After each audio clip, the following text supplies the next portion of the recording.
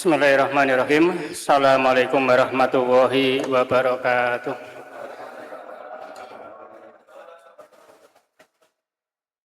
Alhamdulillah alladzi bi ni'matihi tatimmus sholihah. Allahumma sholli wa sallim wa barik wa an'im ala nabiyyina Muhammadin sallallahu alaihi wasallam. Faqala Allahu ta'ala ya ayyuhalladzina amanu taqullaha haqqa tuqatih wa la tamutunna illa wa antum muslimun. Allahumma la sahla illa ma ja'altahu sahla wa anta taj'alul hazna idza syi'ta sahla. Amma ba'du. Jamaah rahimakumullah, langsung saja untuk tafsir tematik malam hari ini kita akan belajar surat Al-Baqarah ayat 143.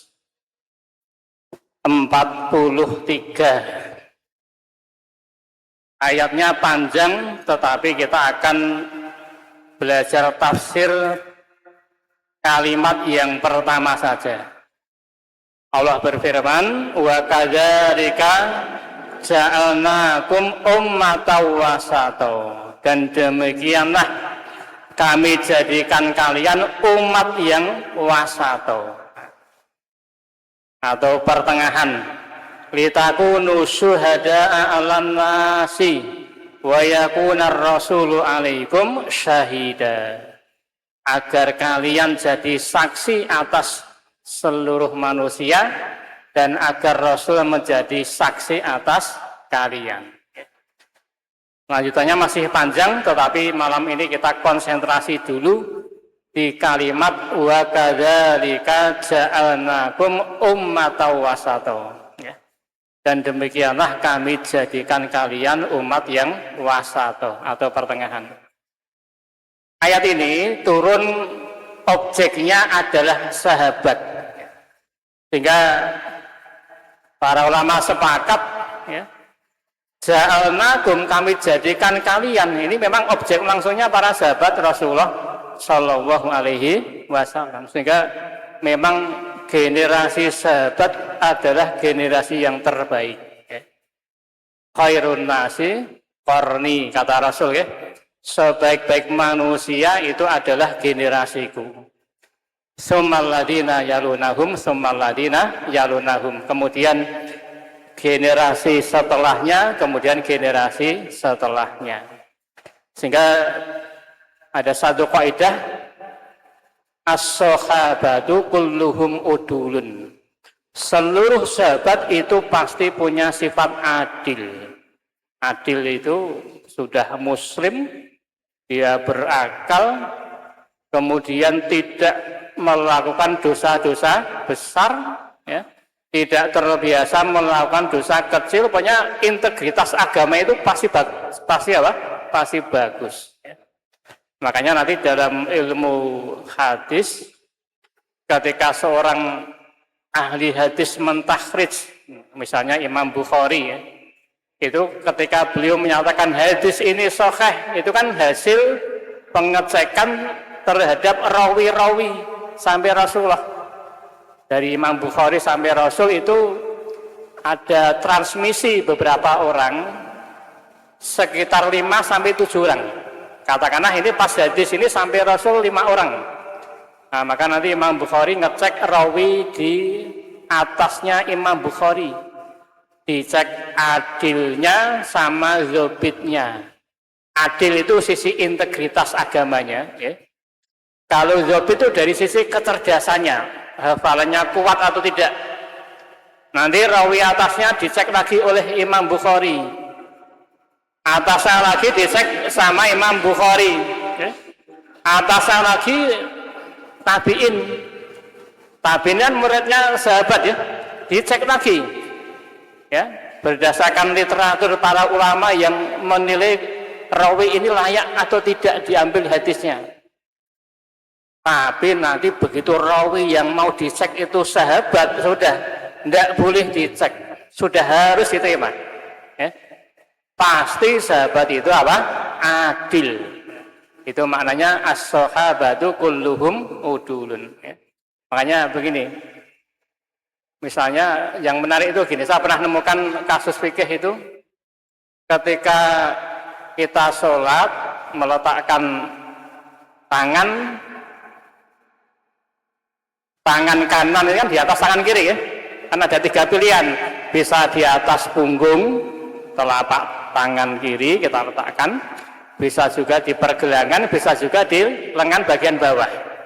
Ya. Terus ini ditaruh di mana? Di bawah pusar atau antar pusar sampai dada atau di atas dada? Para ulama beda pendapat. Ada yang di atas dada, ya. Kalau ditarjih setahu saya di atas dada. Mazhab Syafi'iyah pusar sampai dada. Lah, Imam Ahmad atau mazhab Hambali itu di bawah pusar. Apa alasannya? Ya tentu dalil tetap ada semuanya, ya. Tetapi salah satu argumen Imam Malik adalah bahwa ada satu riwayat sahabat Ali bin Abi Thalib mengatakan meletakkan tangan sedekap di bawah pusar itu sunnah Rasulullah Shallallahu Alaihi Wasallam. Sahabat Ali hanya bilang ini sunnah Nabi sudah, itu harus dipercaya, Pak. Karena apa? Karena walaupun sahabat Ali tidak membawakan kalimat Nabi langsung, tetapi ucapan seperti itu sudah bernilai hadis yang langsung nyambungnya kepada Rasulullah Shallallahu Alaihi Wasallam. Nah ini sekelumit aja bagaimana keunggulan apa sahabat Rasulullah Shallallahu Alaihi Wasallam.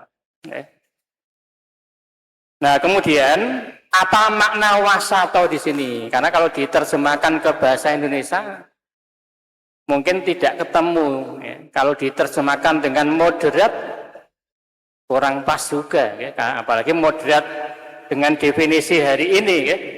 Saya pernah dengar ceramah Dr. Hamid Fahmi Zarkasi. Beliau cerita begini, pernah ketemu dengan orang Amerika, ya, namanya Dr. Angel Rabasa. Beliau ini kan, menulis buku tentang Muslim moderat, ya, Islam moderat. Terus Dr. Fahmi itu tanya, menurut Anda Muslim yang moderat itu seperti apa? Maka kata dia apa? Muslim moderat itu ya Muslim yang menerima liberalisme, menerima feminisme, menerima apalagi pluralisme. Ya, itu berarti menurut Barat moderatnya itu kita ini harus menanggalkan akidah kita, ikut isme-isme yang menyesatkan tadi. Artinya kan tidak pas. Ya. Sehingga nanti terjemahan moderasi beragama itu banyak hal-hal yang memang tidak pas. Ya. Maka untuk memahami makna wa kadzalika ja'alnakum ummatan wasata, kita perlu buka tafsirnya langsung. Ada 2 makna yang saya kumpulkan di sini. Pertama yaitu dari tafsir Karimir Rahman Syekh Abdurrahman bin Nasir As-Sa'di. Beliau mengatakan wa kadzalika ja'alnakum ummatan wasata, dan demikianlah kami jadikan kalian umat yang wasata, maksudnya adalah adlan khiyaron, ya, yaitu umat yang pertengahan, ya, umat yang pertengahan. Wa ma'adal wasata fa'atrafun dakhilatun tahtal khotor, maka siapapun orang muslim yang tidak berada di pertengahan, maka dia berada dalam kondisi bahaya. Faja'alallahu hadhil ummah wasatan fi kulli umuriddin, maka Allah menjadikan umat ini, umat Islam itu berada di pertengahan dalam seluruh urusan agama Islam. Ya, jadi dengan kata lain Islam yang betul, bukan yang ekstrim. Kadang-kadang kan pada istilah Islam radikal. Ini kan rancu, ya. Saya dapat dikirimi salah seorang kawan. Ini ketika Pak Jokowi dulu pidato di salah satu forum dengan undang penceramah radikal, kan gitu, ya. Saya kan juga penasaran nih, biar tidak termasuk penceramah radikal bagaimana? Ya kan ada salah satu institusi yang merilis, ya, ciri-ciri penceramah yang apa? radikal. Saya dapat kiriman PDF presentasi dari institusi tersebut. Ternyata saya baca, wah ini berat kalau syaratnya seperti itu dan rancu. Karena di situ dikatakan bahwa beberapa ciri penceramah radikal diantaranya tidak penceramah yang menyampaikan tentang pembatal keislaman. Maksud tidak boleh ya? Ini 4 mazhab aja membahas ini kan masalah akidah. Apalagi tidak menyampaikan masalah riba, tidak menyampaikan masalah takfir. Jadi materi-materi itu banyak yang dianggap radikal. Ini namanya kan malah jadi mereduksi banyak ajaran Islam ya. Makanya Kiai Haji Khalil Nafis dari MUI itu mengusulkan janganlah istilahnya radikal, karena ini kan jadi nggak jelas ini kan. Radikal itu kan dari kata radix, dalam bahasa Latin itu akar, masuk Islam yang mengakar jadi negatif ya. Karena sekarang kan konotasinya kan jadi negatif ya. Radikal itu gerakan pengen memaksakan kehendak merubah tatanan dengan paksaan kan gitu. Maka Kiai Haji Khalil Nafis mengatakan kalau memang pengen lebih tepat jangan gunakan istilah radikal, tapi istilahnya ekstremisme, Islam ekstrim. Nah, itu lebih tepat. Sehingga nanti bisa dikoreksi mana yang ekstrim, mana yang berada di tengah-tengah. Karena kalau istilahnya ekstrim kan memang itu bahasa syar'i ya. Nah, Rasul mengatakan ayyuhan nas iyyakum bil ghuluwi fiddin. Wahai manusia, janganlah kalian bersifat ekstrim dalam beragama. Nah, ini ada padanannya hulu ya. Maka nanti yang ekstrim, nah ini perlu dikoreksi. Menyampaikan jihad, jangan kemudian dilarang, karena jihad itu kan syariat Islam. Tapi kan nanti kan yang ekstrim-ekstrim ini yang perlu dilarang. Misalnya terlalu ekstrim ke kanan, ya, setiap orang musyrik wajib diperangi, dibunuh dimanapun dia berada, tidak peduli musyriknya seperti apa. Nah, ini berarti ekstrim ini ya. Karena yang namanya orang kafir kan ada 4 kelompok ya. Ada kafir zimni, kafir harbi, kafir mu'ahad, kafir mustakman. Dari 4 jenis ini mana yang boleh diperangi? Kan hanya kafir harbi, nggak boleh pukul rata seperti itu ya. Atau mungkin malah tidak meyakini adanya syariat jihad. Ini juga ekstrem lagi nih. Berarti dia menolak ayat-ayat dan hadis-hadis tentang apa? Jihad fi sabilillah. Justru kalau Islamnya ekstrem itu tidak kafah, nggak betul itu. Ya. Nah, makanya di sini Allah mengatakan wa kadzalika ja'alnakum ummatan wasata. Umat Islam itu umat yang adil lah, pertengahan. Nah, kemudian Syekh Sa'di di sini memberikan beberapa contoh. Wasaton fil anbiya, contohnya pertengahan dalam masalah mensikapi nabi. Baina man ghula fihim kan nasoro. Tidak seperti orang Nasrani yang ekstrim mengangkat nabi di atas kedudukan yang semestinya, malah diangkat sebagai apa? Tuhan. Ya, diangkat sebagai Tuhan. Ini ekstrim ya.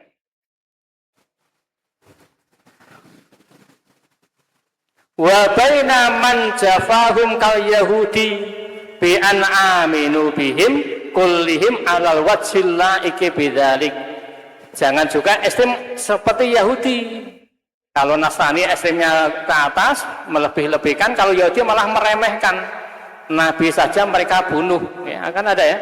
Beberapa ayat Allah mengatakan orang Yahudi itu membunuh Nabi. Wa yaqtulunal anbiya'a bi ghairi haqqin.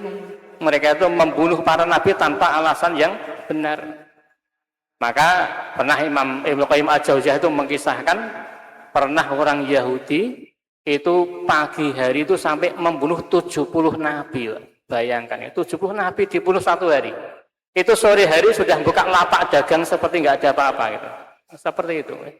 Nah, umat Islam berada di tengah-tengah. Kita meyakini Rasulullah itu abduhu, hambanya Allah. Jadi beliau itu biasa.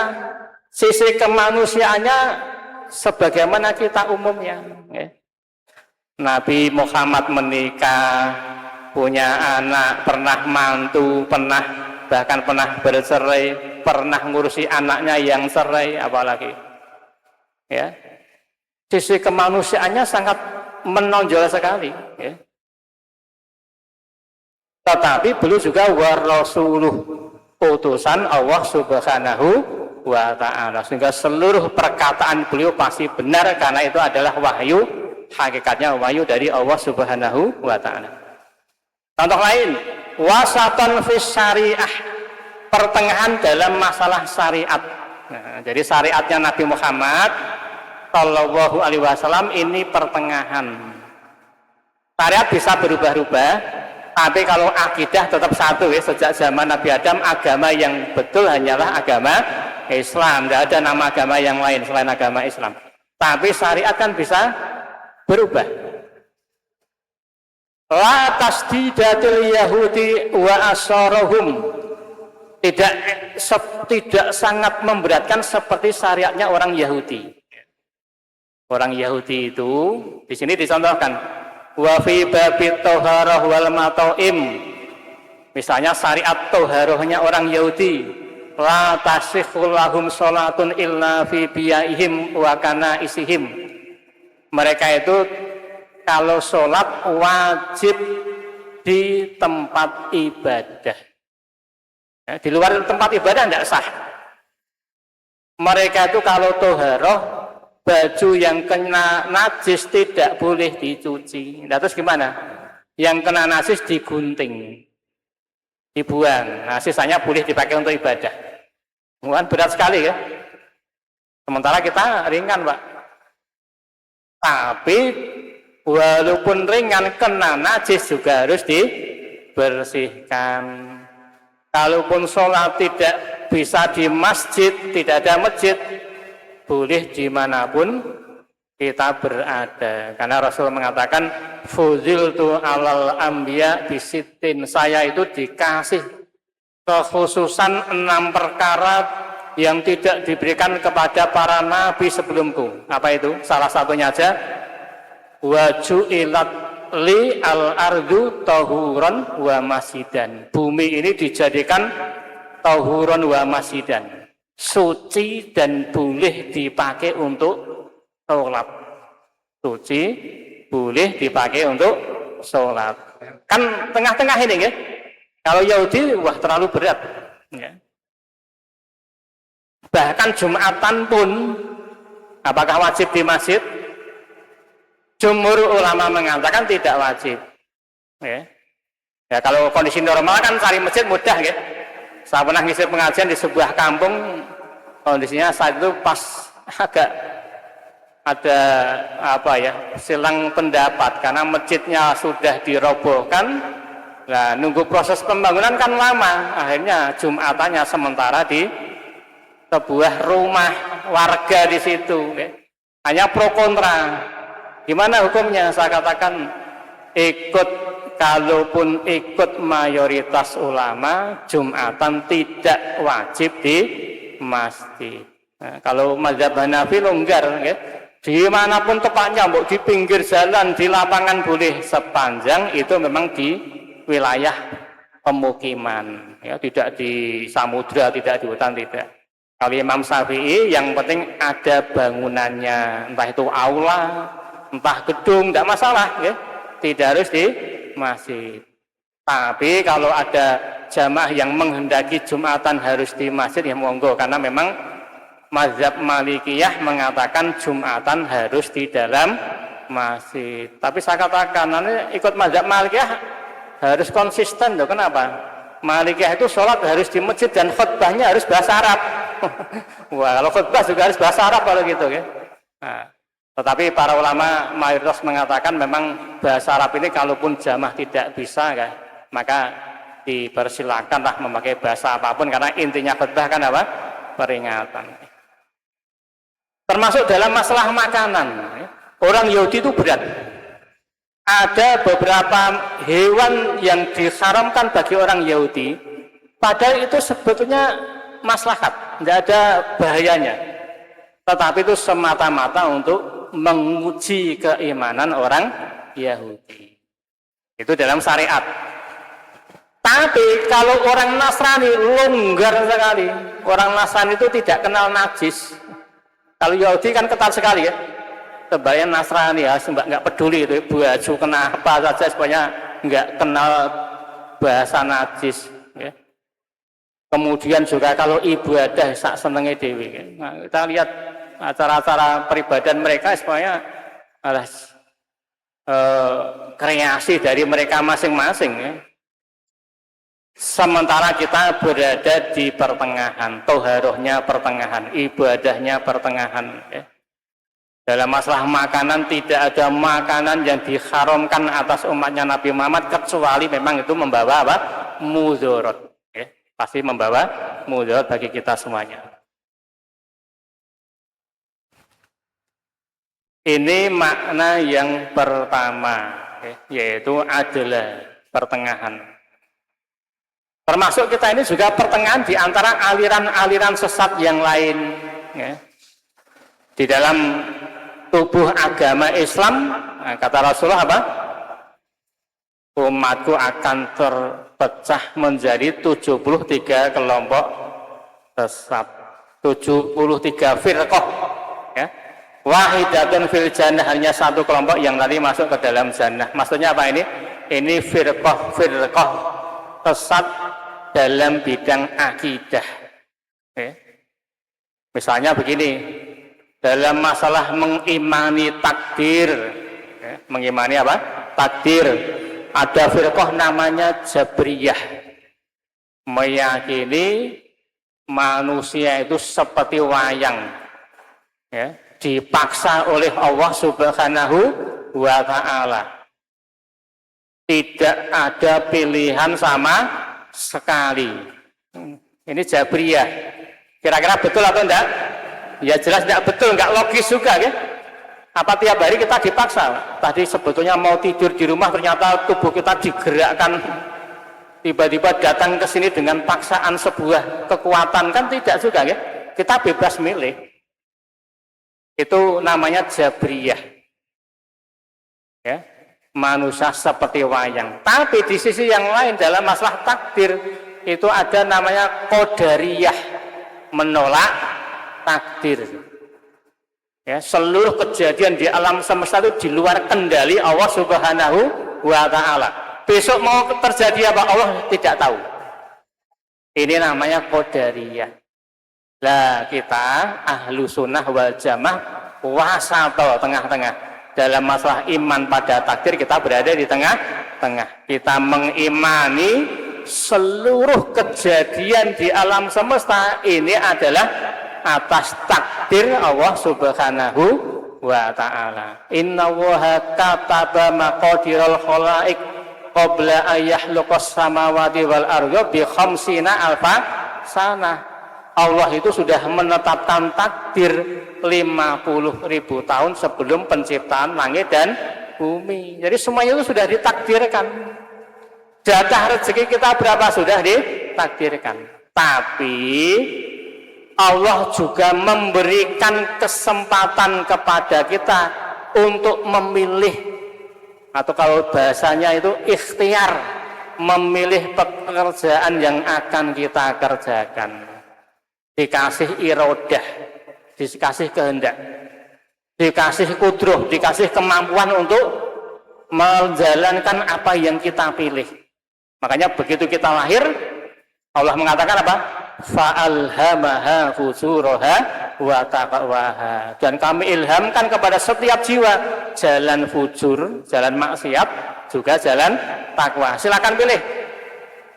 Dalam surat Al-Balad juga gitu. Wahadainahun najdain. Kami kasih petunjuk. Silakan pilih dua jalan. Jadi satu sisi kita iman terhadap takdir Allah, tapi kita juga dikasih pilihan. Pilihan kita nanti punya dampak hukumnya nanti di akhirat. Kalau kita pilih amal soleh, ya nanti kita akan masuk surga. Kalau pilih maksiat bisa masuk ke dalam neraka. Tadi kita kan milih lagi. Coba jenengan sejak pagi pilihan jenengan diwujudkan Allah apa mboten? Pagi pilih sholat tahajud diwujudkan ya. Setelah itu milih berangkat ke masjid diwujudkan? Diwujudkan. setelah itu pilih zikir pagi diwujudkan, setelah itu sholat duha atau tidak? Tergantung Pak, kalau jenengan pilih sholat duha diwujudkan, kalau tidak pilih saya nggak akan sholat, ya nggak akan diwujudkan. Jenengan nggak pilih sholat duha kok. Niat pilih sholat duhur diwujudkan atau bukan? Diwujudkan. Jenengan sekarang yang akan kurban sudah mendaftar ke panitia, insya Allah diwujudkan. Seperti tahun-tahun kemarin kita milih kurban juga diwujudkan oleh Allah Subhanahu wa Ta'ala. Sehingga Imam Abu Hanifah mengatakan setiap orang yang memilih pilihan mau beramal soleh, maka Allah akan wujudkan pilihan dia tadi. Seperti itu. Toh buktinya kita boleh milih kok. Sehingga nanti ada dampak hukumnya nanti di akhirat. Kalaupun toh dalam kondisi tertentu Allah tidak wujudkan sekalipun, Allah tetap kasih ganjaran. Man hamma bi hasanatin falam ya'malha. Barang siapa yang sudah punya niat beramal soleh tapi tidak jadi dikerjakan, mau datang ke sini di jalan dapat alangan, banyak bocor, nggak bisa sampai tempat pengajian, maka apa ganjarannya? Fa katabahu lahu hasanatan kamilah. Allah tetap tulis orang ini dapat satu ganjaran yang sempurna. Kalaupun Allah tidak wujudkan, tetap dikasih apa? Ganjaran. Tetapi umumnya pilihan kita itu diwujudkan oleh Allah Subhanahu wa Ta'ala. Makanya nanti untuk perkara-perkara yang kita tidak boleh milih, itu nanti di akhirat aman, Pak. Kita nggak akan diadab untuk sesuatu yang kita memang tidak boleh milih. Makanya Rasulullah mengatakan, inna woha la yangduru ila suwarikum bala ila ajsamikum. Sesungguhnya Allah tidak melihat wajah kalian dan tidak melihat fisik kalian. Apa maksudnya Allah tidak melihat wajah dan fisik? Maksudnya nanti di akhirat Allah tidak akan menghisap wajah dan fisik kita, Pak. Kenapa? Soal wajah dan fisik kita tidak boleh milih. Maka tidak ada orang diadab gara-gara gemuk, diadab gara-gara kurus, itu tidak ada, Pak. Kenapa? Ini sudah murni pemberian Allah Subhanahu wa Ta'ala. Tetapi Rasul lanjutkan, walakinna waha yang duru ila qulubikum wa a'malikum. Tetapi nanti di akhirat Allah akan lihat hati kalian dan amal kalian. Kenapa? Hati dan amal kita boleh milih, dikasih pilihan. Fa'alhamaha fujuraha wa taqwaha. Nah, ini ahlu sunnah wal jamaah seperti itu, mengimani takdir, sederhana sekali. Bahkan para ulama salafus saleh dulu kalau membahas takdir itu tidak terlalu rumit-rumit, sederhana sekali. Bahkan cenderung dibuat sederhana aja. Terus kita iman pada takdir, setiap hari kita pilih beramal soleh, udah gitu aja. Makanya Rasul wanti-wanti, idza dzukiral qadar fa'amsiku. Kalau disebutkan masalah takdir, dah diam aja lah, nggak usah dibahas terlalu dalam. Kenapa kok para ulama di kitab-kitab akidah membahas terlalu dalam masalah takdir? Soalnya itu adalah latar belakangnya. Karena awal mula terjadi firqah yang sesat tadi, ternyata awal mulanya sesatnya masalah takdir. Jadi awal-awal firqah sesat itu masalah apa? Takdir. Maka terpaksalah dalam tanda kutip para ulama mengkonter pemahaman mereka, dirinci masalah apa? Masalah takdir. Jadi sebetulnya kalau tidak untuk mengkonter mereka, sudah pembahasan takdir itu sangat sederhana sekali. Yang penting tugas kita beramal gitu aja. Semuanya atas takdir dari Allah Subhanahu wa Ta'ala. Ini makna yang pertama, yaitu wasato. Kemudian makna yang kedua, tadi apa? Makna pertama adalah pertengahan.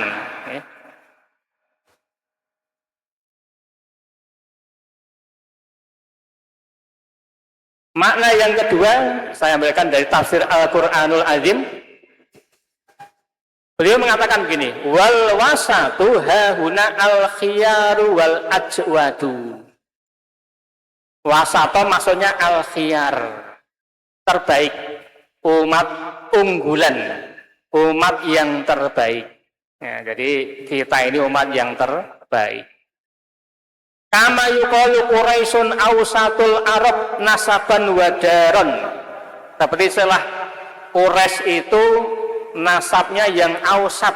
Nah, ausat di sini nasabnya yang terbaik. Jadi apa? Quraisy itu memang terbaik, Pak.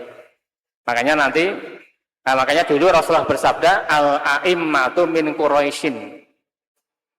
Kepemimpinan kekhilafan Islam itu yang berhak memegang pemimpin hanya orang Quraisy.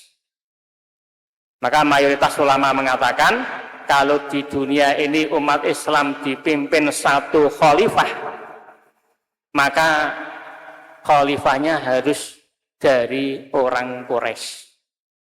Kenapa? Sebabnya sederhana, Rasul jauh gitu ya sudah kita ikuti gitu aja. Makanya dulu ketika Rasul wafat, orang Muhajirin dan Ansor rapat, ini siapa ini yang jadi khalifah? Rasul sudah meninggal. Orang Ansor berusaha mencalonkan teman mereka sendiri. Makanya kan beradu pendapat itu kan. Orang Ansor baru diam setelah disodorkan satu hadis, al-a'immatu min Quraisyin ya. Pemimpin itu dari suku Quraisy, orang Ansor tidak boleh. Dan sudah mereka diam, Pak.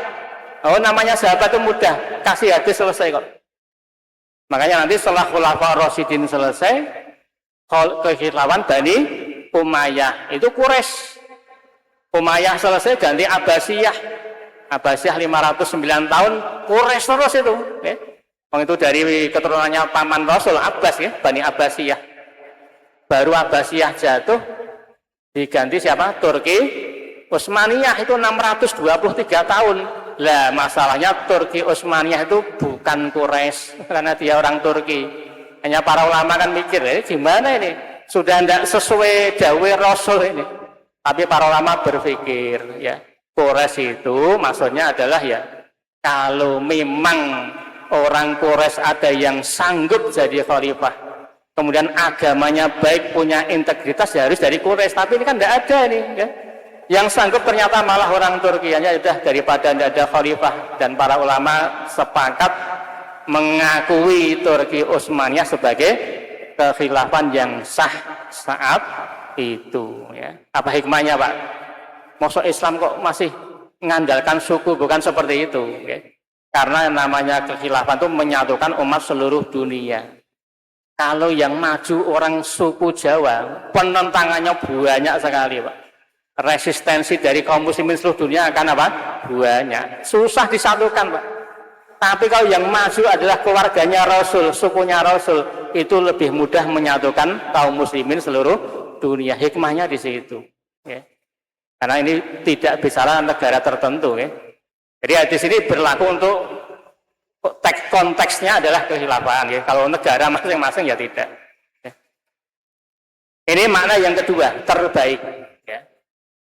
Karena ini terbaik, ya, kan ada level-levelnya juga, ya. Tentunya terbaik ranking satunya tadi para sahabat. Terbaik kedua siapa? Sumal ladzina yalunahum. Terbaik kedua muridnya sahabat, namanya tabi'in. Tabi'in itu yang istilah dari mana atau sebetulnya? Itu Rasul sendiri yang ngasih label tabi'in kepada murid sahabat. Karena dalam salah satu sabdanya Rasul mengatakan, inna khairat tabi'in rajulun yuqalu lahu Uwais. Sebaik-baik tabi'in adalah seorang laki-laki yang namanya Uwais.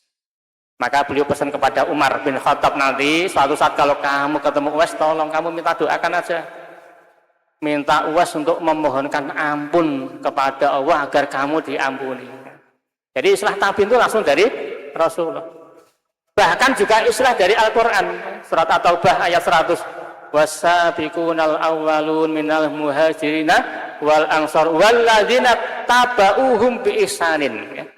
Para sahabat yang termasuk sabiqunal awwalun, muhajirin dan ansar, walladzina tabauhum, dan orang-orang yang ittiba sama mereka, tabiin sama mereka. Jadi itu istilah Qur'ani juga, ya. Itu level kedua. Level ketiga apa?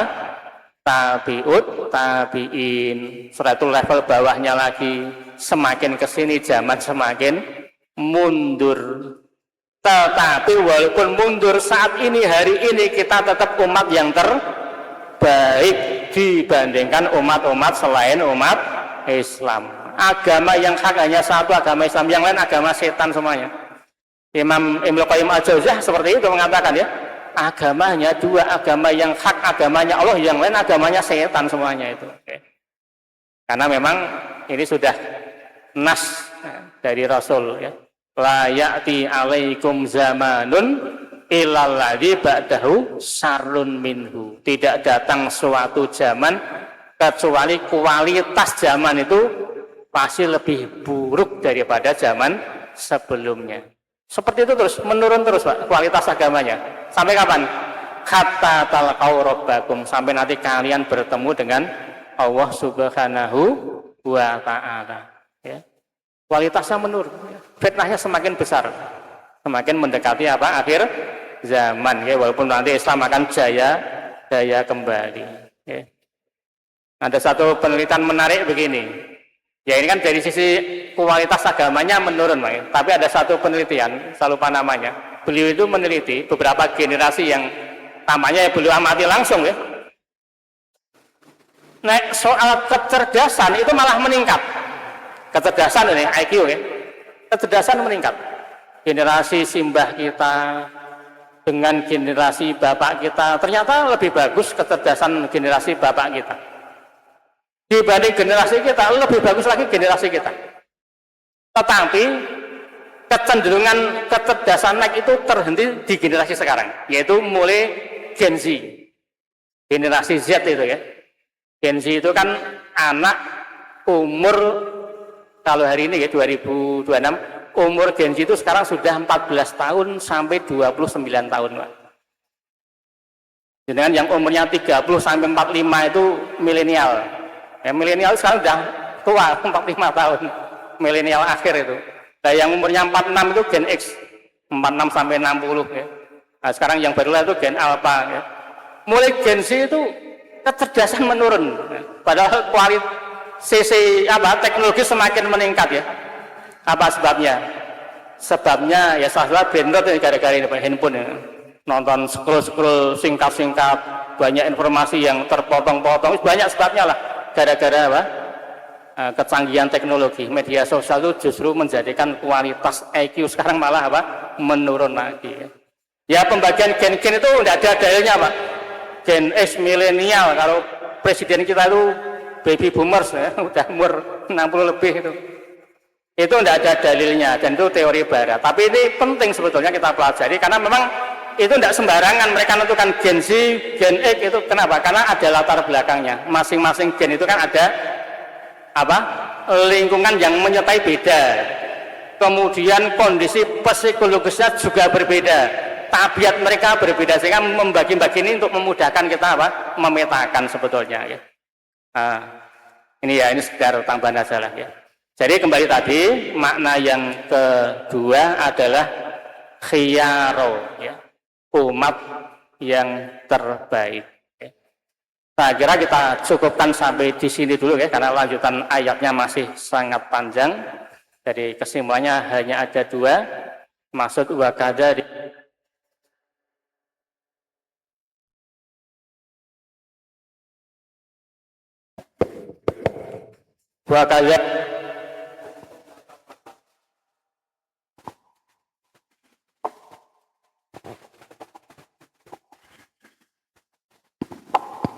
wa kadzalika ja'alnakum ummatan wasata. Pertama, umat wasata, umat yang pertengahan. Maka yang pertama kita amalkan pengertian pertama ini, jadilah umat yang wasata, pertengahan dari segala sisi.